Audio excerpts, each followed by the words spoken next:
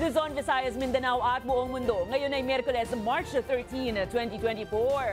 Ako si Barbie Mulak at ito ang balitang A to Z. Sunog sumiklab sa PGH. Mga pasyente agad inilikas. At ano ito? Resort sa gitna ng Chocolate Hills. Pero bakit nag-ooperate kahit may closure order? Napakagandang villa, napakagandang apartment, napakagandang mga hotel rooms na napakababang halaga. Pero pagpunta mo doon, wala kang booking. Publiko pinag-iingat laban sa mga travel scam ngayong nalalapit ang summer vacation. Sa showbiz, Piolo Pascual, bakit umani ng pansin ang pagpapatattoo kay Apo Wang Od? At sa ating Good Vibes segment, groom, hinimatay sa altar. Kasal, natuloy naman kaya? Magandang gabi, pambungad sa ating newscast. Kasabay ng Fire Prevention Month ngayong Marso na sunog ang 4 na ward ng Philippine General Hospital. Sa kabila nito, binigyang diin naman ng Department of Health na mananatiling bukas ang lahat ng pampublikong ospital sa Kamaynilaan para tanggapin ang mga inilikas na pasyente ng PGH kung kinakailangan. Yan ang balitang A to Z ni Ian Maghanoy. Napasugod ang humigit 100 ng fire truck sa Philippine General Hospital sa Maynila kaninang hapon, ang itinuturing na pinakamalaking public modern hospital sa bansa. Ito ay matapos masunog ang 4 na ward na nagpalikas naman sa maraming pasyente. Ayon sa Manila Public Information Office, umabot ng hanggang ikalawang alarma ang sunog. Aabot sa 180 pasyente ang inilikas sa ospital na agad namang dinala sa ilang malapit na pagamutan. Pero wala namang naitalang nasugatan o nasaktan. Sa isang pahayag, sinabi ng Department of Health na inalerto na nito ang mga public hospitals sa National Capital Region. Handa naman daw ang lahat ng pagamutan na tumanggap ng mga pasyenteng inilikas. Sa kabila nito, nilinaw ng PGH na hindi ito nanghihingi ng anumang donasyon. Patuloy naman ang investigasyon ng otoridad sa naging sanhi ng sunog. Idineklara namang fire out na ang sunog kaninang alas 4:30 ng hapon. Sa tala ng Bureau of Fire Protection, tumaas ng 25% ang insidente ng sunog sa bansa sa unang 2 buwan ng taon. Paalala naman ng DOH sa lahat ng public hospitals, i-revise ang mga evacuation plans para mabilis maaksyonan ang paglikas sakaling magkaroon ng sunog. Para sa Balitang A to Z, Ian Maghanoy.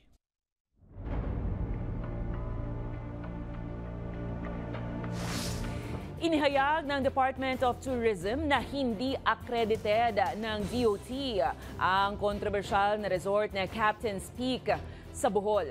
Ito ay matapos kumalat ngayon sa social media ang video ng isang vlogger kung saan ipinapakita nga ang resort na ipinatayo ng nakapwesto sa gitna ng Chocolate Hills. Ayon sa ahensya, wala umanong nakapending na aplikasyon na naturang resort para legal na makapag-operate ito. Suportado rin ng DOT ang preservation at proteksyon ng Chocolate Hills na idineklarang bilang UNESCO Global Geopark at itinuturing na isang National Geological Monument. Samantala, una nang sinabi ng Environment Department na nag-issue na sila ng memorandum para inspeksyonin ang Captain's Peak Resort ukol yan sa pagtalima nito sa temporary closure order na inilabas noong nakaraang taon.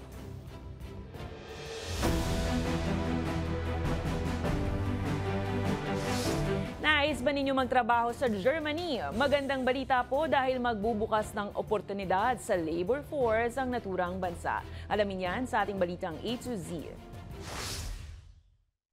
Good news para sa mga manggagawang Pilipinong nais magtrabaho sa Germany. Magbubukas kasi ang bansa sa mas maraming oportunidad sa kanilang labor market. And our Federal Employment Agency plans a placement agreement with your country and its respective counterpart so as to improve the framework for the cooperation that we aim to. Nagpirmahan na rin ang dalawang bansa ng kasunduan para hasain ang kakayahan ng Pinoy workers, partikular na sa larangan ng digitalization at green economy. Sa pamamagitan nito ng kooperasyon sa pagitan ng Technical Education at Skills Development Authority o TESDA at ang counterpart nito sa Germany. The Philippines have a treasure of a very well-skilled workers. This is also relevant for our health sector. As I reported to the President, that as a lawyer, when I worked as a lawyer, I represented Philippine seafarers, seamen. So that, again, is a very important area of cooperation. Nangako naman ang German company sa pulong ng mga ito kay Pangulong Ferdinand Bongbong Marcos Jr. ng mas maraming trabaho para sa mga Pilipino. Ayon sa Marcos administration, hindi bababa sa 4 na bilyong dolyares na halaga ng investment deals ang ipinangako sa Pangulo, kabilang na sa sektor ng data centers at solar cell manufacturing. We are grateful for the interest of German companies to support the Philippines' commitment to sustainability and climate resiliency through the renewable energy investments that we received and were accounted as the top sector from Germany in 2023. Bukod sa kooperasyon sa ekonomiya, nagpahayag ng suporta ang Germany sa Pilipinas at sa misyon nitong pangalagaan ng soberanya sa West Philippine Sea.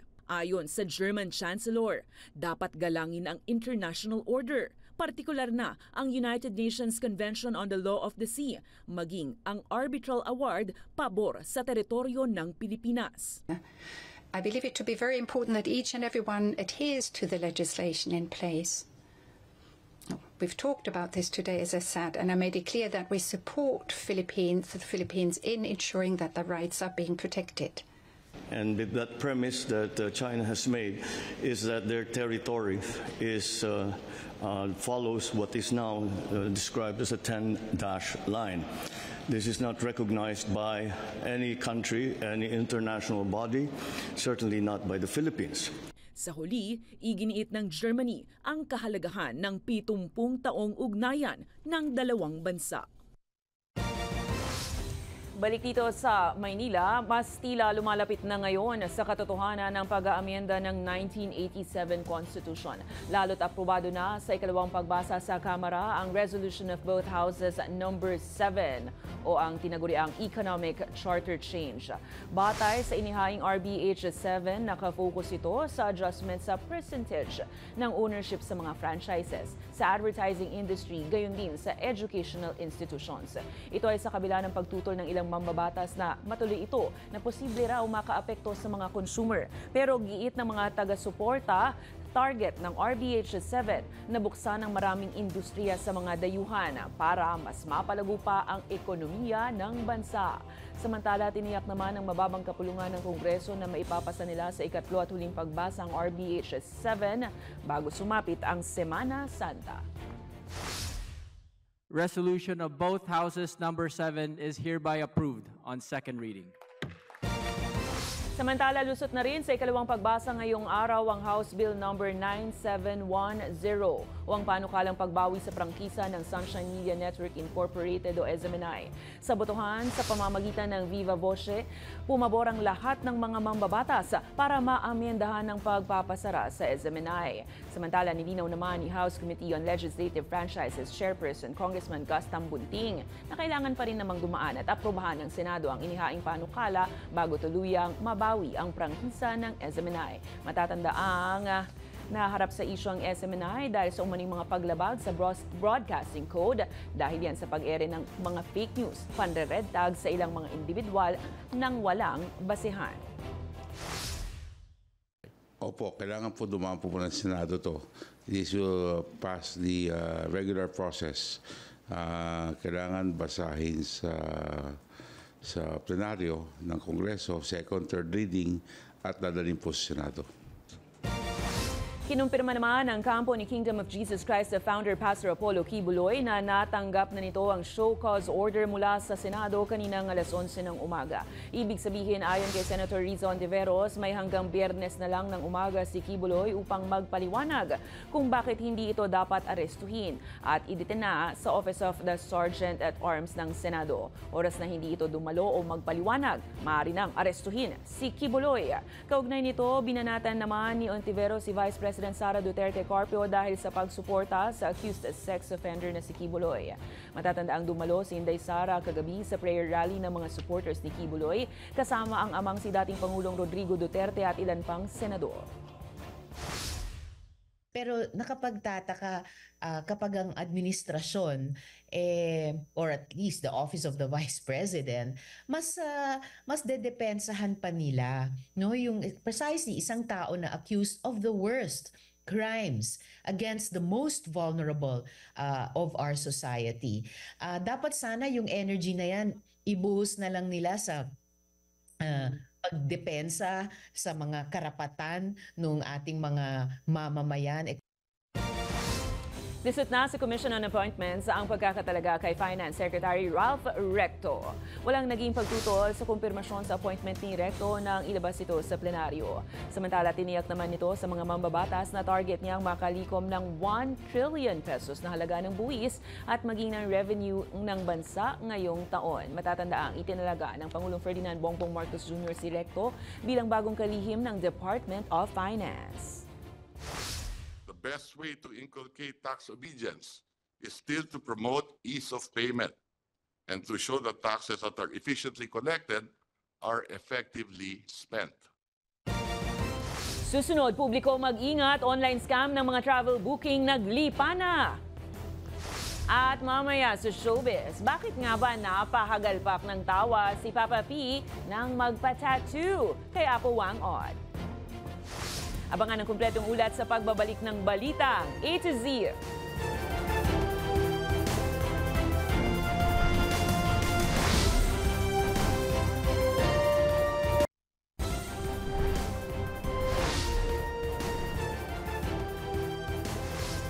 Pinag-iingat ngayon ng publiko sa mga naglipa ng online scam. Nakalat na ngayon, lalo't kaliwat kanan ang pagbubuk ng karamihan para magbakasyon ngayong Holy Week. May balitang A to Z si Kim Salinas.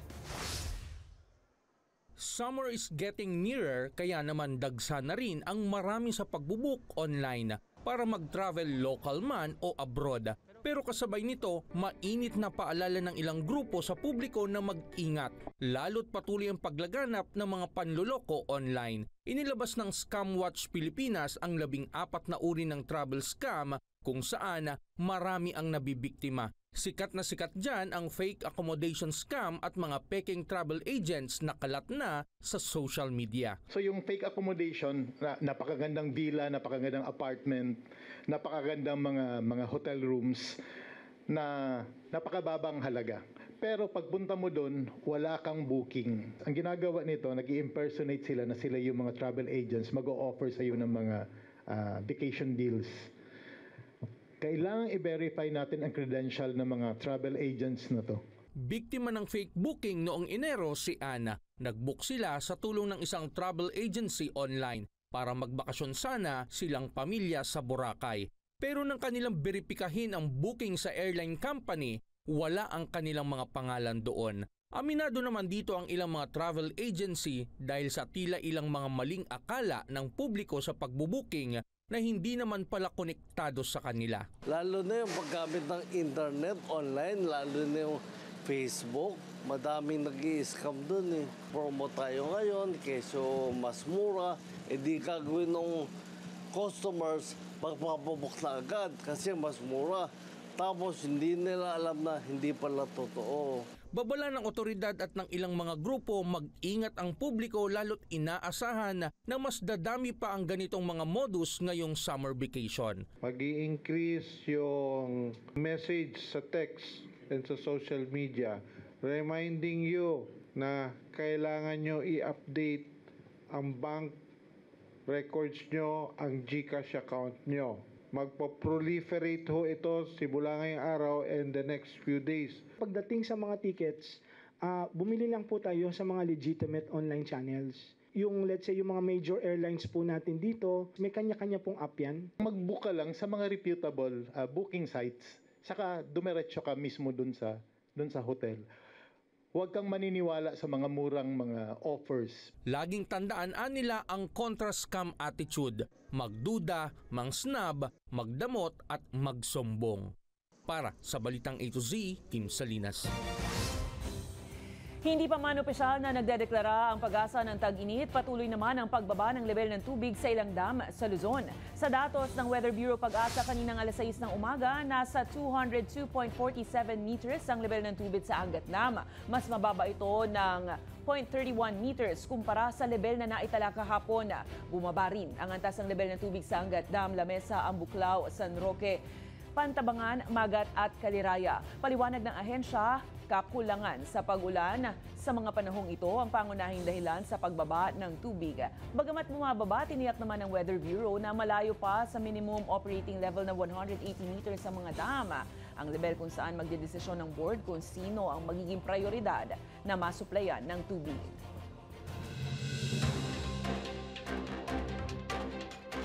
Pinabulaanan ng Philippine Charity Sweepstakes Office ang sinabi ni Senator Raffy Tulfo na may loan better na naka-jackpot umano ng 20 beses sa isang buwan. Paliwanag ng PCSO, nanalo sa lower ties sa digit games ang nasabing mananaya at hindi doon sa malaking jackpot lottery games. Samantala, paigtingin naman ng Department of Social Welfare and Development ang pag-abot ng tulong sa mga katutubo sa bansa sa pamamagitan ng digital connectivity. Gagamit ang ahensya ng mobile communication van na may command center capabilities, wired at wireless na access sa internet at electric power generator. Yan ay magiging critical hub ng DSWD team para sa mas mabilis na pag-abot ng tulong sa mga katutubo.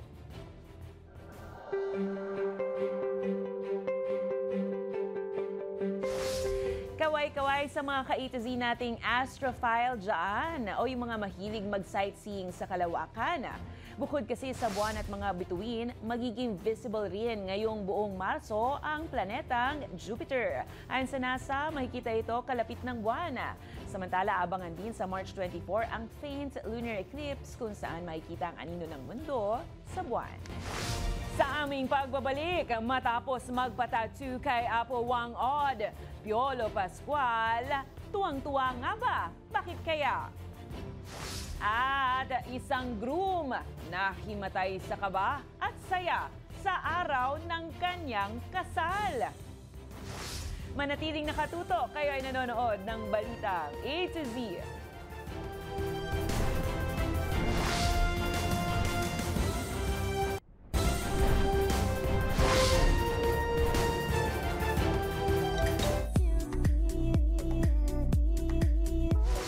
Sa Balitang Showbiz, proud ang kapamilya actor na si Piolo Pascual matapos magpa-signature tattoo sa legendary mambabatok ng Kalinga Province sa si Apo Wang Od. Sa isang post sa Instagram gamit ang account na Piolo Pascual Extra, buong tapang na nagpatinta ng 3 tuldok sa kaliwang braso si Piolo sa ilalim ng naunang tattoo nito na compass. Masayang-masaya si Piolo at si Apo Wang Od na tila nagtatawanan pa matapos pabirong hipuan ng legendary artist ang aktor. Sabi pa nga sa post, yes naman na touched by the legendary Apo. Samantala, sa showbiz pa rin, tila hindi naman nakamove on ang ilang mga netizens sa pagtulong ni Miss World 2013 Megan Young na ayusin ang buhok ng Botswana contestant sa Miss World na si Lezigo Shombo. Sa 71st Miss World competition nung weekend, inayos ni Megan Young ang buhok ng contestant nang makaabot ito sa final Q&A. Pero hindi ito naging katanggap-tanggap sa ilang mga taga-Africa matapos ang cultural differences. Anila, umano'y naging mangkukulam ito at tila napigilan ang pagkapanalo ni Miss World Botswana. Sa Facebook page naman, humingi ng tawad si Megan Young at sinabing mas magiging maingat siya sa susunod nang hindi invade ang personal space at privacy ng ibang tao. Samantala, tila dinipensahan naman ni Miss Botswana si Megan at ang nagwagi na si Miss World na si Kristina Saikova ng Czech Republic. Sa Facebook, sinabi niya na maging mabait kina Megan at Kristina sa kabila ng pagsuporta sa kanya ng mga taga-Africa.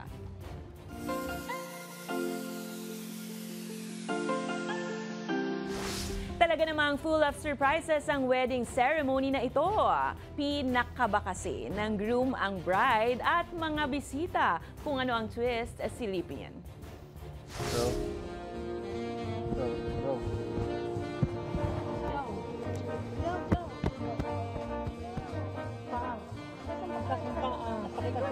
Hi, buhay. Game! Game! Okay na. Goods na. Cute, di ba? Baka hinimatay sa bill. Kung kayo ay may kwentong kakaiba, mga kwento ng pag-ibig o storya ng inspirasyon at pag-asa, maaari itong ibahagi, sumali sa ating Facebook group na Balitang A to Z, panoorin ang replay ng ating programa, at sundan ang ating social media pages, hanapin ang Balitang A to Z.